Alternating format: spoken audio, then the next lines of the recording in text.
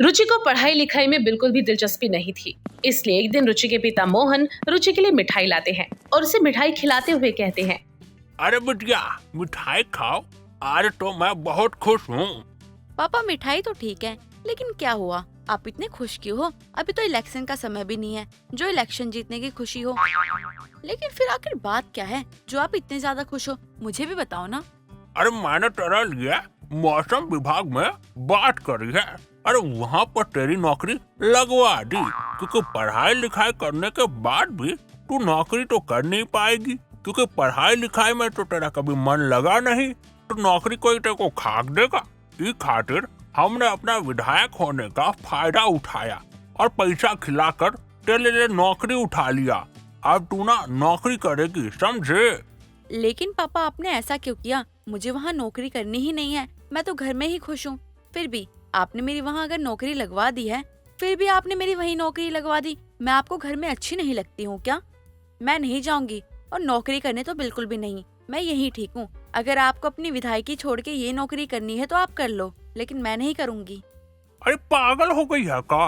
अरे इतनी अच्छी नौकरी लगवाए हैं तेरे को, अरे सरकारी है, थोड़ी बहुत मेहनत करेगी तो क्या दिक्कत हो जाएगी? तेरा बाप ने इतनी मेहनत किस नौकरी को लगवाने के लिए, तो तू थोड़ी मेहनत नहीं कर सकती? तुझे दिक्कत हो रही है? अरे थोड़ी मेहनत करेगी तो तरक्की भी मिलेगी। और बात रही शादी की, अरे क्या बोलेंगे बोलो कि विधायक की बेटी अनपढ़ है।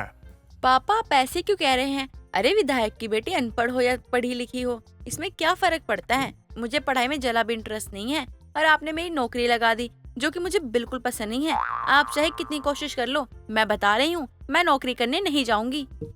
अरे ऐसे कैसे नहीं जाएगी? तेरा बाप भी जाएगा। अरे इतनी कोशिश करके नौकरी लगवाए है और तू नौकरी में नखरे दिखा रही है। अरे जाना तो पड़ेगा तुझे नौकरी करने के लिए। कल से ना ज्वाइन कर लियो, वरना एक बात याद रख, अगर नौकरी नहीं करेगी ना तो अच्छे घर का रिश्ता नहीं मिलेगा और पूरे दिन की बर्तन घिसना पड़ेगा, सोच ले। अपने पिता की बात को रुचि मान लेती है और नौकरी के लिए भी तैयार हो जाती है। कुछ दिनों बाद रुचि को नौकरी की जानकारी मिलती है और वो नौकरी करना शुरू कर देती है। धीरे धीरे ऐसे ही वक्त निकलता है और कुछ दिन बाद रुचि को देखने विनोद नाम का लड़का अपनी माँ भावना के साथ आता है और भावना को रुचि बहुत सुंदर लगती है। उसे देखकर वो कहती है, भाई साहब आपकी बेटी तो सच में बहुत ही खूबसूरत है, हीरा है हीरा। मुझे तो देखकर ही पसंद आ गई। मेरी तरफ से तो ये रिश्ता पक्का है। अब आप बता दीजिए, आपको तो कोई परेशानी नहीं है ना? क्योंकि मुझे बहू चाहिए तो रुचि ही। अरे ऐसे कैसे बातें कर रही हो बहन जी? आपका बेटा भी तो इतना अच्छा है। अरे विनोद कितना अच्छा कमाता है और मुझे काफी पसंद भी है, तो हम क्यों नहीं चाहेंगे कि रिश्ता आगे बढ़े। अरे आप शादी की बात बढ़ाइए। जी पिताजी, मुझे भी विनोद पसंद है। बाकी आगे जो भी करना है वो आपकी मर्जी है, मुझे कोई एतराज नहीं है। आपका जो फैसला होगा वो मुझे मंजूर है। सच में भाई साहब आपकी बेटी बहुत ही समझदार और गुणी है। मुझे तो काफी पसंद आई, कैसे अपने पिता की बात को ही मान लिया इसने। वैसे मौसम विभाग में काम करती है ना आपकी बेटी? मौसम की तो सभी जानकारी रहती होगी आपकी बेटी को। जी जी बिल्कुल सही कहा आपने। और बेटी तो मेरे मौसम की सारी जानकारी रखती है। अभी कुछ समय पहले वहाँ पर नौकरी लगी इसकी, बड़ी ही खुशनसीबी थी हमारी। अरे बहुत समझदार बेटी है ना। अरे अपने दम पर नौकरी पाया है इसने। और एक बात बताएंगे बहन जी, हमारी बेटी तो हमको कोई काम ही नहीं करने देती। अरे सारा काम तो खुद ही कर लेती है। बहुत गर्व होता है कि हमारी बेटी इतनी समझदार है। ये तो बहुत ही अच्छी बात है। अब मुझे भी मौसम विभाग में काम करने वाली बहू मिलेगी, मुझे भी तो कितना गर्व होगा। भाई साहब अब हम जल्दी से रिश्ते की बात आगे बढ़ाते हैं। जितनी जल्दी रिश्ता हो जाए, बात आगे बढ़ जाए, पंडित जी से हम तारीख निकलवा लेंगे और उतना ही अच्छा होगा, क्योंकि देरी का काम मुझे तो बिल्कुल भी पसंद नहीं आता। दोनों परिवार आपस में बात करके शादी की तारीख तय कर देते हैं। कुछ दिनों बाद रुचि की शादी विनोद से हो जाती है। शादी के बाद रुचि वहाँ पर यानी कि अपने ससुराल में आ जाती है और कुछ ही दिनों में अपने घर को भी संभाल लेती है। ये सब देखकर भावना को बहुत अच्छा लगता है। भावना अपनी बहू की तारीफ करते हुए रुचि से कहती है, बहू सच में जब से तू आई है ना, तब से हमें कुछ करने की जरूरत ही नहीं पड़ती। तूने अच्छे से घर को संभाल लिया है, हमें संभाल लिया। लेकिन बहू तू शादी के बाद से अभी तक अपनी नौकरी पर क्यों नहीं जा रही है? तू नौकरी कब से शुरू करेगी अपने मौसम विभाग वाली? माँ जी, शादी के लिए मैंने कुछ महीने पहले ही छुट्टी ली थी। अब तो शादी हो गई है, तो मुझे 1 तारीख से वापस काम पे जाना है। पर माँ जी, अगर आप चाहे तो मैं नहीं जाऊंगी, मुझे कोई दिक्कत नहीं है। मैं वो छोड़ भी दूंगी। मेरे लिए सबसे ऊपर मेरा परिवार है, बाद में नौकरी है। अरे नहीं नहीं बहू, छोड़ना बिल्कुल भी मत। मैं तो चाहती हूँ कि मेरे बहू बेटे दोनों ही साथ कमाए, कोई भी किसी पर निर्भर ना हो, क्योंकि आजकल तो यही होता है ना कि लड़कियां भी लड़कों से कम नहीं होती, खुद को भी ज्यादा तैयार करते हैं कि वह शादी के बाद भी काम करे। और मुझे कोई भी दिक्कत नहीं है शादी के बाद अगर काम करेंगे तो, बल्कि मुझे तो खुशी होगी कि मेरी बहू आत्मनिर्भर है। कुछ ही दिनों बाद रुचि वापस से अपनी नौकरी पर जाने लगती है। भावना भी काफी खुश होती है और वो पूरे मोहल्ले में अपनी बहू के बारे में बता देती है और सभी से वो मौसम विभाग में काम करने वाला बहू का गाना ही गाती रहती।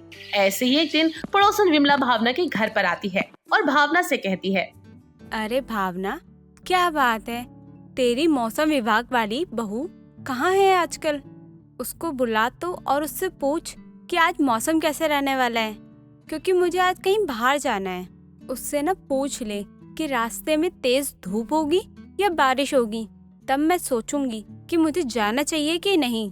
मेरी बहू मौसम विभाग में काम करती है तो वहीं पर होगी ना। अच्छा, उससे फोन लगा के तो पूछ कि आज का मौसम कैसा रहेगा, कि बारिश होगी या धूप होगी, क्योंकि मुझे ना अपनी बेटी के लिए ना रिश्ता देखने जाना है। विमला के कहने पर भावना अपनी बहू से मौसम का हाल पूछती है। उसके बाद वो विमला को बताती है, मेरी बहू कह रही है कि आज का मौसम काफी सुहाना रहेगा, कहीं कहीं बरसात के अनुमान नहीं है, तो तू जा सकती है। भावना की बात सुनकर विमला अपनी बेटी के लिए रिश्ता देखने चली जाती है। कुछ ही दूर जाने पर बहुत जोर की बारिश होती है और विमला नाले में गिर जाती है। जैसे तैसे वो घर पर आती है, लेकिन अपने घर जाने से पहले वो सीधा भावना के घर जाती है। विमला को ऐसे नाले का कीचड़ लगा देखकर भावना कहती है, क्या हुआ तुझे, ऐसे भीगी हुई क्यों है? तेरी बहू ने मुझे गलत बताया मौसम की जानकारी, क्योंकि मैं बिना छाते के गई थी बाहर इतनी तेज बारिश हुई है कि मैं नाले में गिर गई। और ये सब ना तेरी बहू की वजह से हुआ है। उसने मुझे गलत जानकारी दी मौसम की। ऐसा मेरी बहू की क्या गलती है? मेरी बहू ने तो अनुमान लगाकर ही तुझे बताया था ना, और अगर अनुमान गलत लग गया तो उसमें उसकी क्या गलती है? सबका ही गलत लग जाता है कभी कभी। और रही बात भीगने की, तो वो तो तेरी गलती है ना, तुझे छाता लेकर जाना चाहिए था। ऐसे एक बार नहीं बल्कि कई बार होता है। जब भी कोई भावना से मौसम का अनुमान पूछता तो रुचि जो भी बताती वो हमेशा गलत ही निकलता। ऐसे ही दिन निकल रहे थे और जो भी वो कुछ बोलती उसका उल्टा ही हो जाता। कुछ दिनों बाद रुचि रोते हुए घर आती है। ये देखकर भावना उससे कहती है, क्या हुआ बहू, रो क्यों रही है? माँ जी, मैं मौसम विभाग में ना हमेशा गलत जानकारी देती थी, इसलिए मुझे नौकरी से निकाल दिया। चलो शुक्र है उन्होंने तुझे खुद निकाल दिया, वरना मैं तुझे बोल नहीं रही थी तो अपनी नौकरी छोड़ दे, क्योंकि एक भी मौसम विभाग की जानकारी तूने सही नहीं दी है। मौसम विभाग में काम करने वाली बहू बस घर में ही काम करने लगती है, क्योंकि उसके अनुमान तो सारे गलत ही होते हैं। और गलत हो भी क्यों ना हो, क्योंकि पढ़ लिख कर उसने ये नौकरी हासिल थोड़ी की थी, बल्कि अपने पिताजी की सत्ता की वजह से उसको ये नौकरी मिली थी। सुरभि सुबह हॉल में सबके लिए चाय लेकर आती है। तभी उसकी सास सुमित्रा अपने छोटे बेटे अक्षित के बारे में सुरभि से पूछती है। बहू, अक्षित कहाँ है? अभी तक जागा नहीं क्या? माँ, उससे क्या पूछ रही हो? वो तो रसोई से आ रही है। अरे बहू, भाभी है उसकी, और भाभी को देवर के पल पल की खबर रहती है। हाँ सासू माँ, वो कल देर रात तक बेचारे काम कर रहे थे ऑफिस का, इसीलिए। हाँ तो ऑफिस का काम घर पे करने की क्या जरूरत है? उस काम की अलग से सैलरी उठाता है क्या? नालायक को दुनियादारी की समझ नहीं है। आप भी ना बिन सोचे समझे कुछ ही बोल देते हो देवर जी को। आप लोग चाय पीजिए, मैं उन्हें जगा कर आती हूँ। अरे नाश्ता तैयार है या नहीं? सुरभि मानव की बात को अनसुनी करके वहाँ से चली जाती है।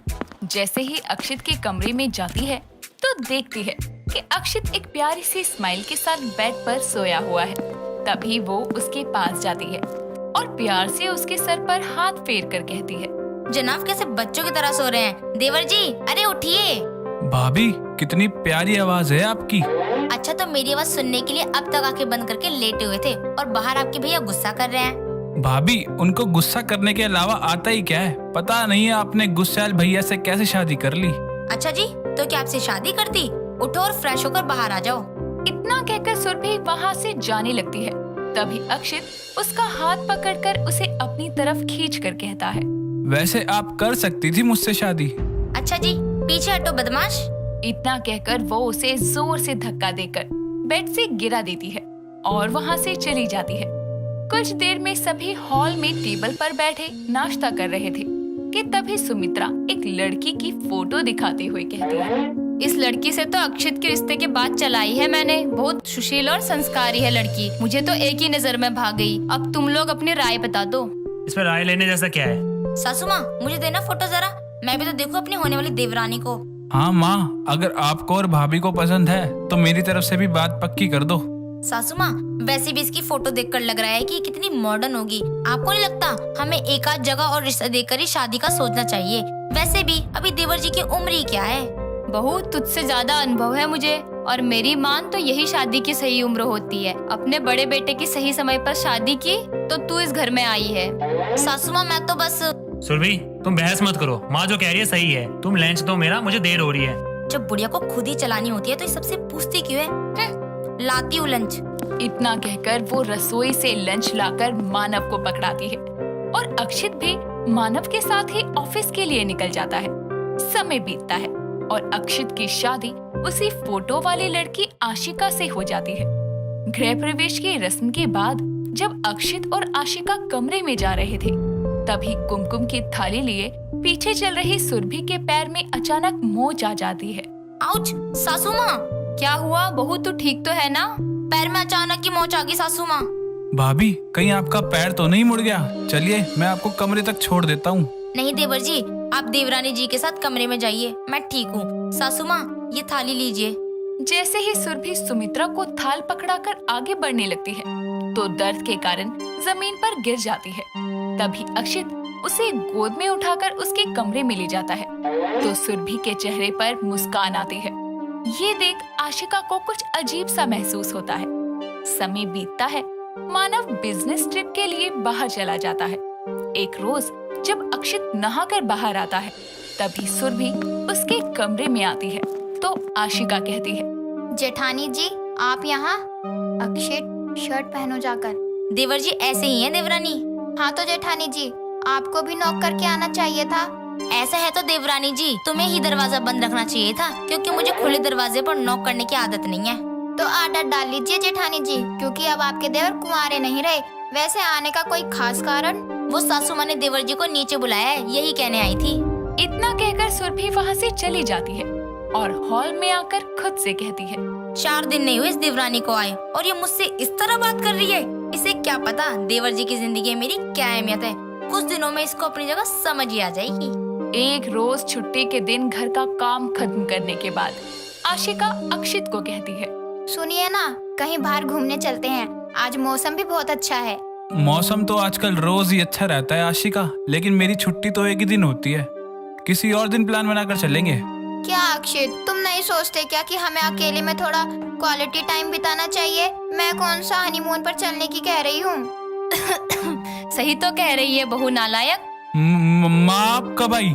ये फालतू की बातें छोड़ और बहू को घुमा ला बाहर। बेचारी कभी किसी से कुछ नहीं कहती है, तुझसे बोलती है, तू उसकी सुनता नहीं है।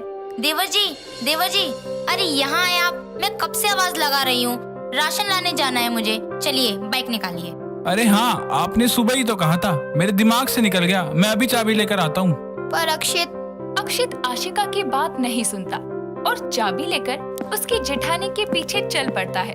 आशिका भी दरवाजे तक जाती है तो देखती है कि सुरभि अक्षित को कसकर पकड़कर उसकी बाइक पर बैठी है और कुछ ही देर में दोनों वहाँ से निकल जाते हैं। तो वो खुद से कहती है, ये जेठानी जी अपने देवर के कुछ ज्यादा ही करीब हैं। मतलब मुझे घुमाने के लिए इतनी छुट्टियां बर्बाद हो जाती हैं, लेकिन जेठानी जी के साथ राशन लाने के लिए अपनी छुट्टी बर्बाद होने की परवाह नहीं करते। कहीं मेरी जेठानी का अपने देवर के ही संग कोई चक्कर तो नहीं चल रहा? नहीं, ऐसा है तो मुझे पता लगाना ही होगा। अपनी जेठानी की हरकतों और अपने पति का अपनी जेठानी के प्रति झुकाव देखकर आशिका को दोनों के बीच चक्कर चलने का शक होता है, जिस बारे में वो अपनी सास से बात करती है। लेकिन उसकी ऐसी सोच पर सुमित्रा उल्टा उसे ही खरी खोटी सुनाती है। एक बार रात के खाने के समय जब आशिका अक्षित को खाना परोसने जा रही थी, तभी सुरभि उसे साइड करते हुए खुद अक्षित को खाना परोसती है। साथ ही खाते वक्त जब अक्षित के होठों के पास चावल लगता है तो वो उसे अपने हाथों से बड़े प्यार से साफ करती है। ये देखकर आशिका के साथ उसकी सास भी हैरान रह जाते हैं। जेठानी जी हद में रहिए अपनी। मैं तो बस देवर जी का बच्चा नहीं है तेरा देवर बहू, ये क्या हरकत कर रही है? सासू माँ मैंने कहा था ना आपसे, जेठानी जी अपने देवर के साथ ही चक्कर चला बैठी हैं। देख रही हैं ना इनकी नजदीकियाँ। नजदीकियाँ तो है देवरानी जी, फिर तुम इसे चक्कर समझो या कुछ और, क्योंकि देवर जी की जिंदगी में तुमसे ज्यादा मायने मैं रखती हूँ। बस कीजिए भाभी, ये आप क्या बोली जा रही हैं? माँ ऐसा कुछ नहीं है, भाभी के लिए ऐसा कुछ नहीं सोचता मैं। देवर जी इसमें सोचने जैसा क्या है? मैं आपको पसंद करती हूँ इसलिए आपके करीब रहना चाहती हूँ, और आप भी तो। भाभी आप ये क्या बकवास कर रही हैं? आशिका मेरी पत्नी है और उसकी कसम मैंने आपको हमेशा भाभी माना है। मैं नहीं जानता था आप मुझे लेकर ऐसा कुछ सोचती हैं। हाय दैया, ये सब क्या चल रहा है? मुझे लगा छोटी बहू की कोई गलतफहमी होगी, लेकिन बड़ी बहू तेरे मन में ही खोट है। इसमें खोट कैसे सासू माँ? किसी को पसंद करना गलत तो नहीं है। लेकिन जेठानी होकर अपने ही देवर पर डोरे डालना गलत है जेठानी जी। आपके चक्कर में मैं अक्षित जी को गलत समझ बैठी। आप दोनों के बीच कोई चक्कर है ये मान बैठी। इस तरह पता चला कि आशिका का शक पूरी तरह नहीं, लेकिन कुछ हद तक जायज था, जिसके बाद शर्मिंदगी के चलते सुरभि कुछ नहीं कहती, तो सुमित्रा गुस्से में उसे उसके मायके भेज देती है। दोस्तों अगर आपको ये कहानी पसंद आई तो इसे लाइक करें, शेयर करें और कमेंट करके बताएं कि कहानी में आपको सबसे अच्छा क्या लगा।